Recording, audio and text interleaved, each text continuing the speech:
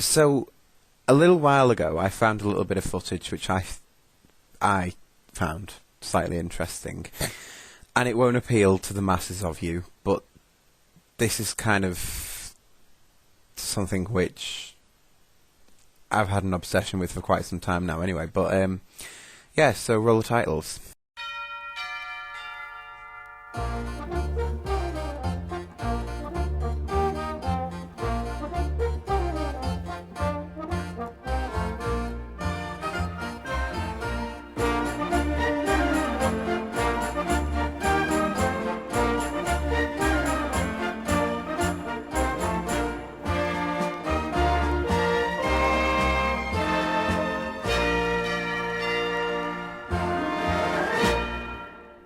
Years and years ago, we first started going to this area in kind of the outskirts of Southport, and the area is known as Banks.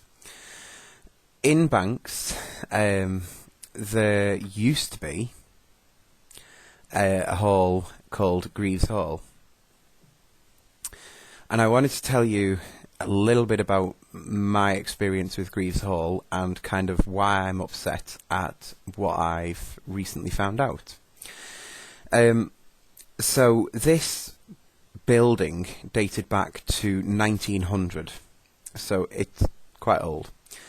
It was a mock Tudor mansion originally built for Mr. Thomas Talbot Leyland, after his marriage in 1895 to blah blah blah blah blah.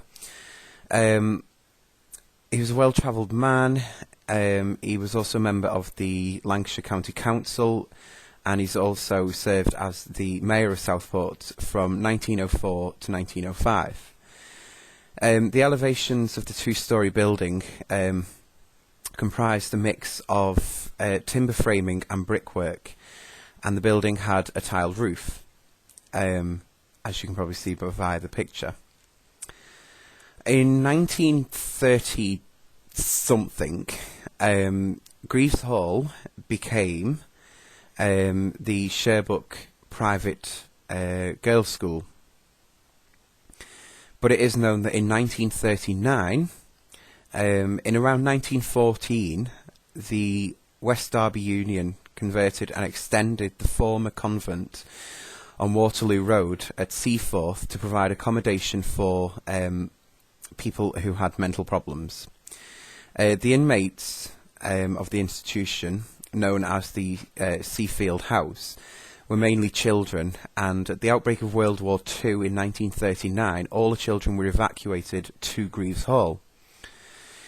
In 1948, Greaves Hall had its hospital foundation year. In 1986, so we're talking quite some time here, there was a photograph discovered actually not that long ago, which belonged to someone's dad who had worked at Greaves Hall while training as a nurse in the 1980s. And this person who's uploaded the picture says, I seem to recall that he said the postcards were originally produced possibly to raise money for a Christmas charity. You can see the images, well, that particular image on the screen at the moment. And I'll fast forward a little bit and you come to 1988. And the pictures that are on the screen at the moment, I presume it'll flick over in a second to the other one, is how the building stood in 1988. And you can see that it's a gorgeous building. Just, I mean, already in 1988, you've already got so much history stored in this building. It's unbelievable. But it just looks amazing. Kind of creepy, but I mean, buildings that were built in bloody 1900 always look a bit creepy anyway. In 1992, Greaves Hall Hospital was closed. It's then known that in 1995, Greaves Hall Mansion was sold to W.S. Lamb & Co. Investments Limited. The price was stated to have been paid on the 11th of February 2005 for £150,000. In 1997, the building received its Grade 2 listing. In 1999, there was an application to demolish Greaves Hall.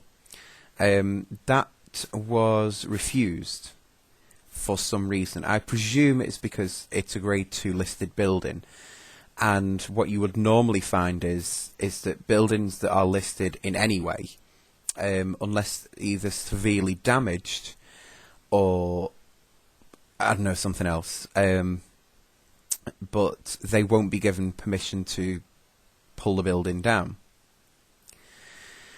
So, you've seen how the building was in 1988.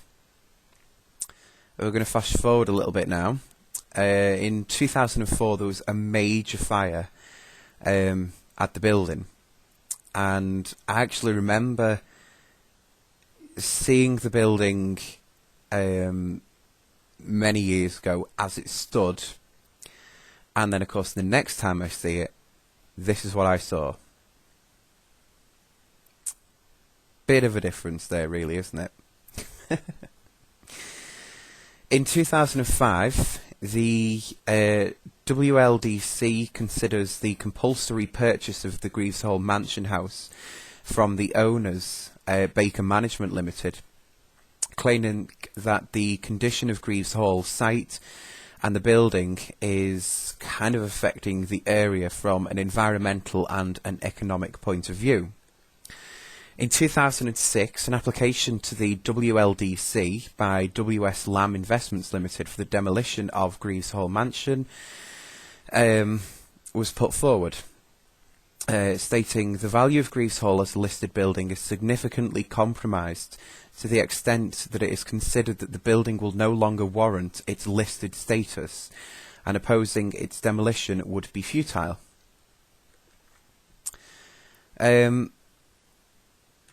Let me see if I can just get my hands on these pictures for you. The one that you're seeing at the moment is from 2007, and I'm just having a little look through now. Right, I've got another one here from 2007. This is looking at the, pardon my French, but the back side of the building. As you can see, the building is kind of destroyed. I mean, you know, this building goes back in its history, you know, it's been used as a mental asylum and that sort of thing, but it was just so sad to see it in this really sorry state. The other thing that goes with that is that it was either around this time or just after that there was a programme run by the BBC over here in the UK, which is where they found buildings basically like this, and they would invest money to bring the buildings back to life, basically. Greaves Hall featured in one of the shows, but unfortunately didn't get enough public votes, so the BBC were basically not interested.